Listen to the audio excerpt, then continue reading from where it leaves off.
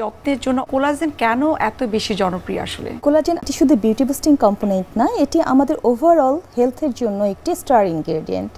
এবং সেটি কিন্তু এখন না, সেই অ্যানশিয়েন্ট রুটে ট্রেডিশনাল চাইনিজ মেডিসিনগুলো আছে, সেখানে বোন হেলথ, স্কিন হেলথ, বিউটি এগুলোর জন্য না বোন ব্রথ ইউজ করা হতো এবং থিক জেলাটিন স্যুপ ব্যবহার করা হতো। এটি হলো কোলাজেন। এটি তাদের স্কিন হেলথ সব কিছুর জন্য একটা গুডনেস হিসেবে কাজ করত। এর পরবর্তীতে কোলাজেন বিভিন্ন ফুডের মধ্যে প্রিজারভেটিভ হিসাবে, অ্যাডিটিভ হিসাবে অ্যাড হওয়া শুরু হলো। এরপরে আমাদের বিভিন্ন সার্জিক্যাল ফর্টিফাইড ফর্মে অ্যাড করা হচ্ছে। হ্যাঁ, এবং বিভিন্ন সার্জিক্যাল উন্ড হিলিংয়ে এটা ক্লিনিক্যাল মেডিসিনের একটা জায়গা নিল, ফার্মাসিউটিক্যালে আসলো।